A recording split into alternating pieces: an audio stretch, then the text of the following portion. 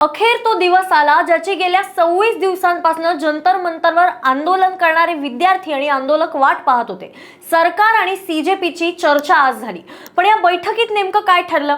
सरकारने मागण्या मान्य केल्या का? आणि उद्या दुपारी 2 वाजेपर्यंत सरकारला दिलेला अल्टिमेटम नेमका कशासाठी आहे? याच सगळ्याबाबत आता आपण चर्चा करूया। पण सुरू करण्याआधी आमच्या चॅनलला नवीन आला असाल तर सबस्क्राइब करा आणि माझा व्हिडिओ आवडला तर लाईक, शेअर आणि कमेंट करायला विसरू नका। दिल्लीच्या जंतर मंतरवर सुरू असलेल्या सीजेपी अर्थात कॉकरोच जनता पार्टीच्या आंदोलनात आज मोठी घडामोड झाली। जवळपास 26 दिवसांपासून सुरू असलेल्या आंदोलनानंतर आज केंद्र सरकार आणि सीजेपीच्या प्रतिनिधींमध्ये औपचारिक बैठक झाली। आंदोलनाची तीव्रता वाढत असताना ही बैठक महत्त्वाची मानली जाते। या बैठकीत सीजेपी कडून पक्षाचे प्रवक्ते आशुतोष रंका आणि सौरव दास यांनी सरकारची बाजू ऐकण्यासाठी आणि सीजेपीच्या मागण्या मांडण्यासाठी सहभाग घेतला। केंद्र सरकारकडून केंद्रीय मंत्री जे.पी. नड्डा यांनी त्यांची भेट घेतली। दोन्ही बाजूंमध्ये सविस्तर चर्चा झाली आणि सीजेपीने आपल्या 3 प्रमुख मागण्यांचे लेखी निवेदन नड्डा यांच्याकडे सुपूर्द केलंय। मग नेमक्या कोणत्या अटी या बैठकीत मांडल्या गेल्या? तर सीजेपीने सरकार समोर 3 प्रमुख मागण्या ठेवल्या आहेत। पहिली मागणी म्हणजे केंद्रीय शिक्षण मंत्री धर्मेंद्र प्रधान यांच्या नैतिक जबाबदारी स्वीकारून त्यांचा तात्काळ राजीनामा द्यावा।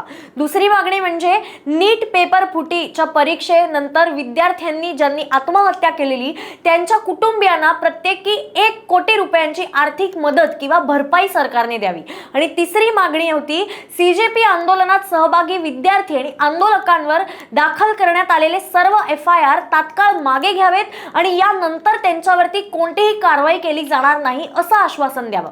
या 3 मागण्यांपैकी दुसरी आणि तिसरी मागणी म्हणजेच भरपाई देण्याची मागणी आणि आंदोलकांवरती कारवाई न करण्याची मागणी सरकारने मान्य केली। पण सर्वात महत्त्वाची जी मागणी होती म्हणजेच पहिली मागणी म्हणजेच काय तर केंद्रीय शिक्षण मंत्री धर्मेंद्र प्रधान यांचा राजीनामा, ही मागणी अद्याप सरकारने मान्य केलेली नाही आणि याच कारणामुळे आता आंदोलन मागे घेतलं जाणार नसल्याचं स्पष्ट सीजेपीने सांगितलंय। सरकारला त्यांनी उद्या दुपारी 2 वाजेपर्यंतचा अल्टिमेटम दिलाय आणि सरकारने सुद्धा उद्या दुपारी 3 वाजता सीजेपीला पुन्हा एकदा भेटीसाठी आणि चर्चेसाठी बोलवलेलं आहे। सीजेपीचं म्हणणं आहे की जर उद्या दुपारी 2 वाजेपर्यंत धर्मेंद्र प्रधान यांच्या राजीनाम्याबाबत कोणताही ठोस निर्णय झाला नाही तर जंतर मंतरवरचं आंदोलन आणखीन तीव्र केलं जाईल।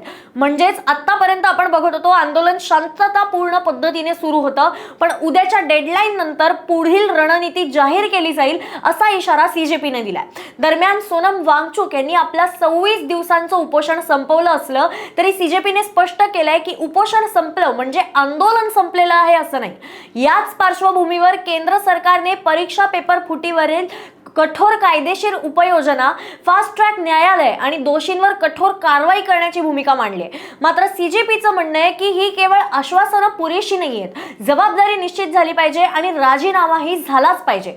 म्हणूनच आता सगळ्यांच्या नजरा उद्या दुपारी 3 वाजता होणाऱ्या बैठकीकडे लागल्यात, कारण उद्या केंद्र सरकार कोणता मोठा निर्णय घेतंय का?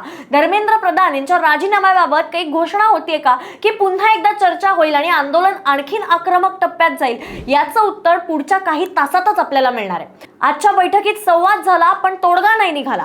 सरकार समोर 3 प्रमुख मागण्या ठेवण्यात आल्या पण त्यापैकी फक्त 2च अद्याप मान्य झाल्यात आणि आता उद्या दुपारी 2 वाजेपर्यंतचा अल्टिमेटम हेच या आंदोलनाचं पुढचं निर्णायक पाऊल ठरणार आहे। आता या प्रकरणातील प्रत्येक अपडेट आम्ही तुमच्यापर्यंत पोहोचवतच राहू। उद्या दुपारच्या बैठकीत काय घडतं हे पाहणं आपल्यासाठी अत्यंत महत्त्वाचं ठरणार आहे। तुम्हाला याबाबत काय वाटतं?